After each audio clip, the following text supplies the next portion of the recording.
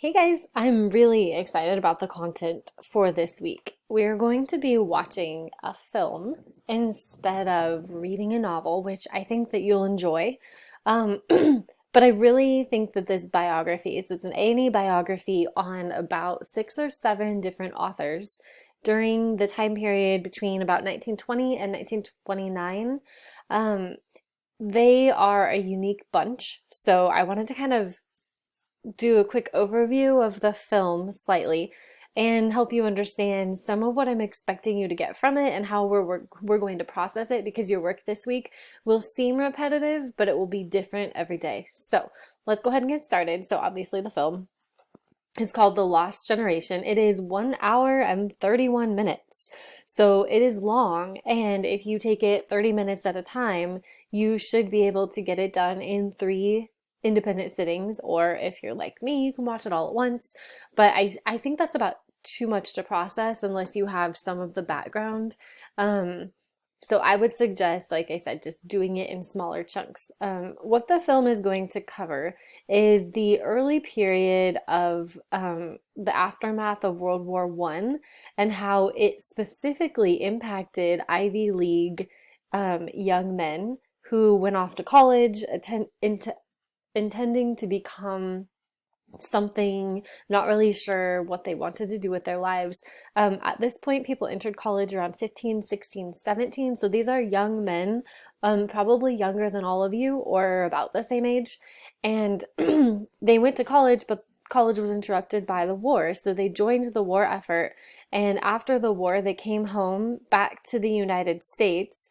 And upon returning, many of them realized that life was not what they had hoped it would be. They were no longer satisfied with what they had been doing before. They came to their small rural towns or their kind of wealthy, luxurious lifestyles, and they had sort of this um, aftershock of this is meaningless. This doesn't matter. They'd seen death. They'd seen um, places and people and situations, and they wanted to express themselves and do things that they felt called to do in order to serve humanity.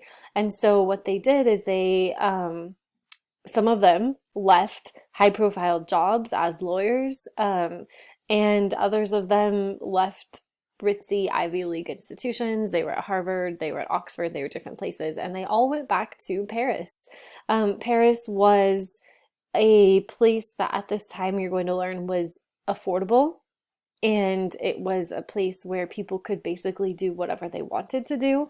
So we're going to learn about the lifestyle of indulgence, a lifestyle of um, pursuing pleasure and gratification, but it's sort of the flip side in one sense of F. Scott Fitzgerald and The Great Gatsby. Even though Fitzgerald is covered in this biography, the authors that are going to be featured initially are poor.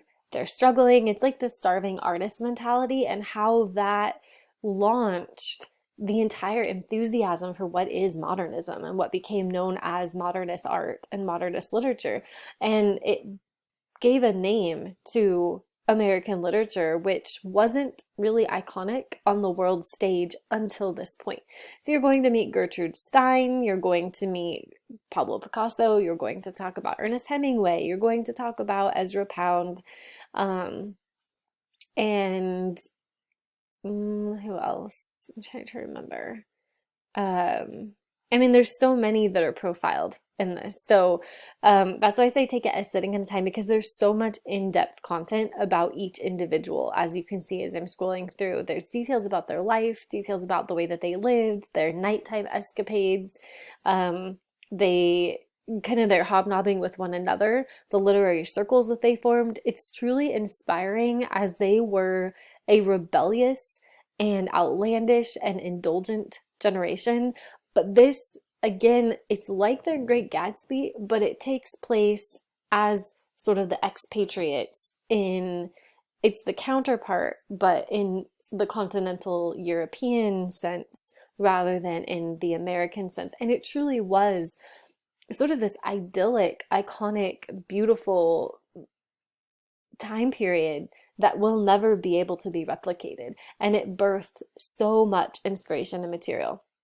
So I hope that what's your interest. I'm not really sure, but I love it. I think it's amazing. I think you should definitely, I mean, you have to watch it. So to pair with this documentary, I have created myself a very long list of questions for you, if I can find them. I may have closed them. Let's see. The questions, there are 30 questions, and you are required to do 6 questions per session. So 3 times during the week, you will write a response to 6 questions. So 6 times 3 is 18. You have 18 questions you have to respond to out of 30. So you don't have to respond to every one, but each one, it recounts a part of the film. And it's not like a basic fill in the blank, like what happens here. They're going to be thoughtful questions that ask you to really think about the literature and think about the characters addressed. So for instance, let's just say we're going to choose question 18. There's a quote from the film that says, they immersed themselves in old civilizations, and at the same time, they took part in this energy that was happening in Paris, with modernist painting and music and literature all starting to bubble. They would really go somewhere with it. And so the question I asked is, do you think it's important to immerse yourself in the genius of past decades, centuries, etc.? Do you overvalue the present? And what form of the past inspires you? What will you do with it? So they are complex questions with multiple, in many cases, multiple prompts, because your response should not just be like one sentence. They're really supposed to be more complex sentences. Currently, I have these as a homework assignment, but I might actually kind of lump them together. I'll give you a homework assignment grade, but I might also lump them together as a short assignment because I really want to emphasize the quality and give you credit for doing that and answering the questions. So let's sample another one, question 13. There's a quote from Gertrude Stein to Ernest Hemingway, and she says, if you keep on doing newspaper work, you'll never see things. You will only see words. So Stein's comment is that writing from and about the deeper parts of the human psyche, heart, psychology, and experience transforms a person in the way that they see the world, or that he sees the world. Do you agree? Have you experienced this, or do you hope to? So they're personal, they're application-based, etc. So I want to show you on the portal, you're going to see, I think it might have timed out, but I'll log in again if I need to.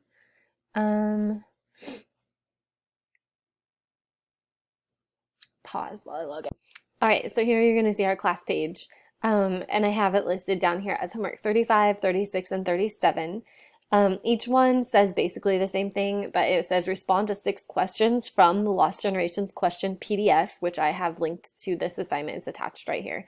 And then it says to paste the question and a very thoughtful response. I'm not going to know what question you're responding to if you don't put the question there. So either put the number, like I'm responding to question number 6, or I'm responding to question number 18, and then put your response, or you can copy and paste the whole question, and then you'd upload your document to the portal. Okay, so make sure you do that so I know what question you're responding to, and it looks the same. Like I said, every single day, it's homework 35, 36, and 37. So like I said, it's repetitive, but they're completely different questions with different things to respond to. And then also, if you're watching the film in 30-minute segments, obviously, you probably don't want to pick, where did my questions go?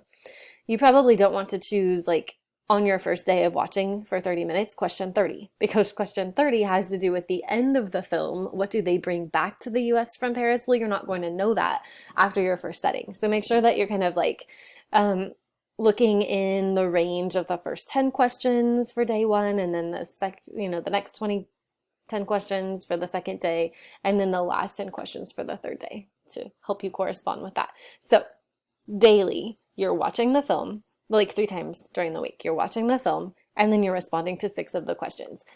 Finally, on Flipgrid, you will see that there are 3 different sections for the Lost Generation questions. So you have, obviously, questions. This is the first batch. It says to upload a comment on your favorite question from batch 1 of the Lost Generation questions and respond to 2 other students' posts. So you're not creating anything new here. You're just sharing what you did write already. So you'll go through the 6 questions you responded to for that day, and you'll be like, I really liked this question. I think this would be a good one.